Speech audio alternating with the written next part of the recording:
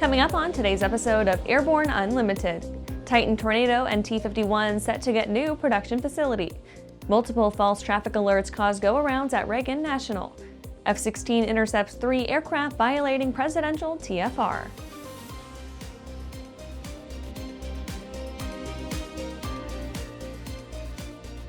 Welcome to Airborne Unlimited. I'm your host, Holland Lee. Let's get into today's stories.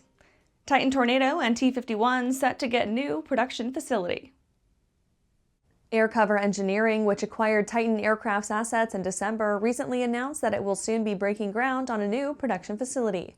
The build hopes to get T-51 and Tornado kit orders back up and running with improved efficiency and quality. The company announced that it would be taking over Titan Aircraft's assets, including its T-51 Mustang and Tornado series aircraft, on December 8, 2024. Both of these designs were pioneered by Titan Aircraft founder John Williams. With the deal finalized, Air Cover Engineering immediately began working to get Titan designs off the ground. To do so, it has mapped out a new 17,600 square foot production facility at its home base in Frankfort, Missouri. The company hopes to complete construction in November 2025 before accepting orders and deposits for kits. Parts will remain up for sale while the build is in progress. The T-51 Mustang is a 3/4 scale replica of the iconic P-51 Mustang, providing the same sleek and high-performance feel at a much more realistic price tag. The estimated build time for a T-51 is around 1,600 hours. Air Cover Engineering will also be producing kits for the highly respected Tornado series sport planes, which includes the Tornado 1, 2, S, and SS. After the break, Silver Airways closes Orlando international routes amid bankruptcy. I'm currently using the Hartzell Talon, by far the best aerobatic propeller ever come out. I use the Trailblazer. It adds performance to the Super Decathlon and dependability, and it's rugged. Hartzell's been an excellent partner for Whip Air, just in terms of your product support as well as keeping an eye on the market and developing new products that meet demand. It's helping us all have better performing airplanes. It's such a proud honor to fly behind that propeller. Meet the first of a new generation of the M-Class family. The M700 Fury.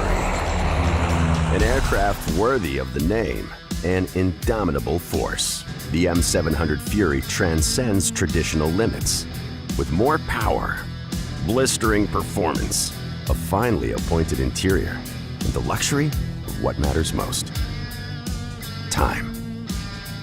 Experience the Fury. Join the legacy. Welcome back. Now let's take a trip around the patch for some shorter stories. Silver Airways closes Orlando international routes amid bankruptcy. Around 3 months after filing for bankruptcy, Florida-based regional carrier Silver Airways canceled all routes involving Orlando International Airport. The decision, made with seemingly no notice, left several travelers stranded.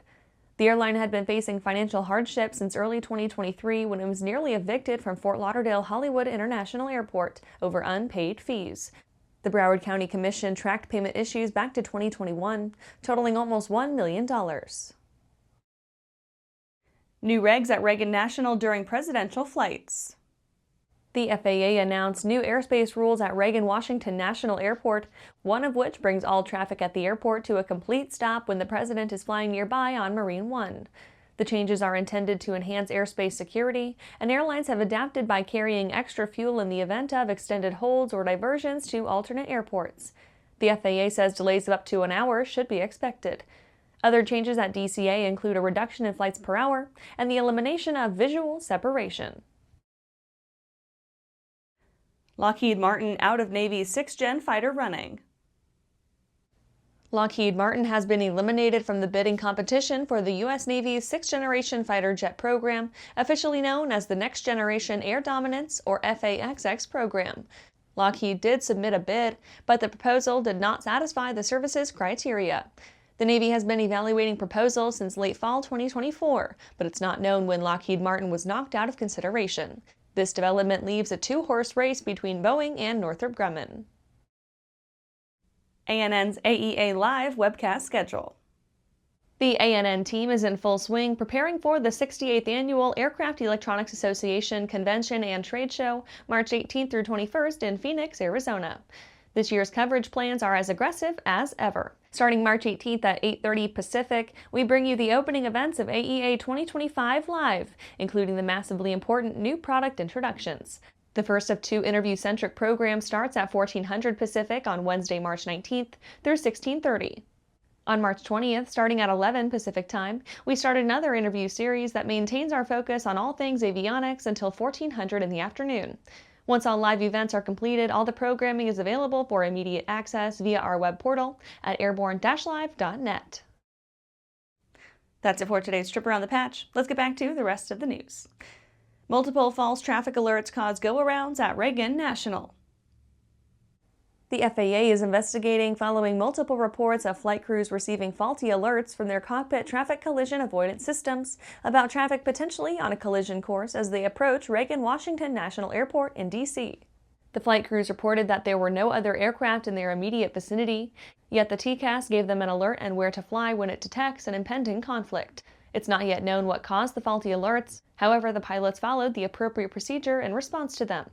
The FAA said in a statement, quote, several flight crews inbound to Reagan Washington National Airport received onboard alerts Saturday indicating another aircraft was nearby when no other aircraft were in the area. Some of the crews executed go-arounds as a result of the alerts. The FAA is investigating why the alerts occurred, end quote.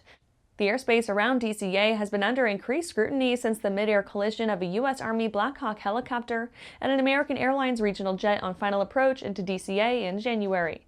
Some operational aspects have also been changed, primarily for helicopter traffic, and presidential air traffic has resulted in several ground stops. After these messages, F-16 intercepts 3 aircraft violating presidential TFR.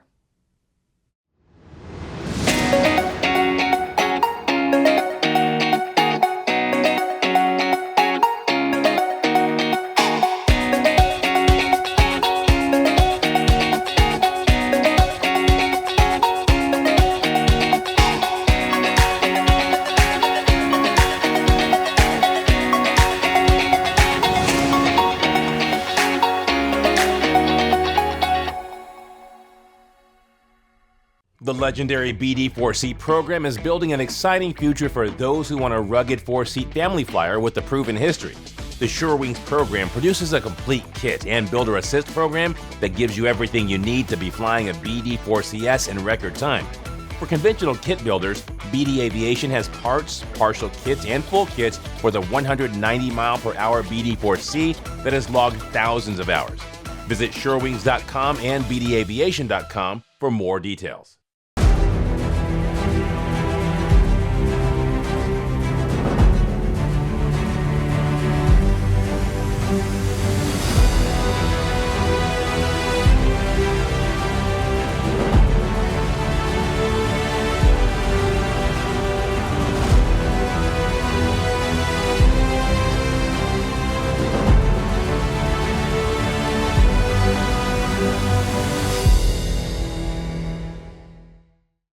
Welcome back.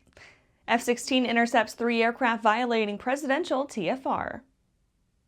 On March 1st, the skies over Palm Beach saw a series of tense moments as 3 separate civilian aircraft violated the TFR around Mar-a-Lago.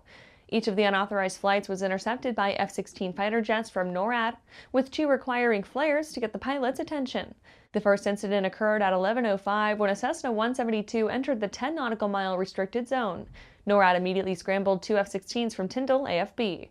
The fighter jets intercepted the Cessna at 5,000 feet and escorted it west out of the restricted airspace.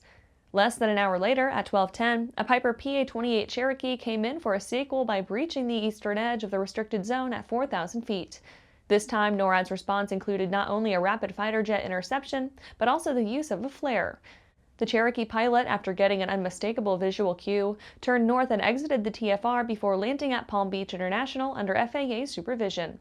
The day's grand finale came at 12:50 when a Beechcraft Bonanza A-36 entered the TFR southern boundary at 6,000 feet.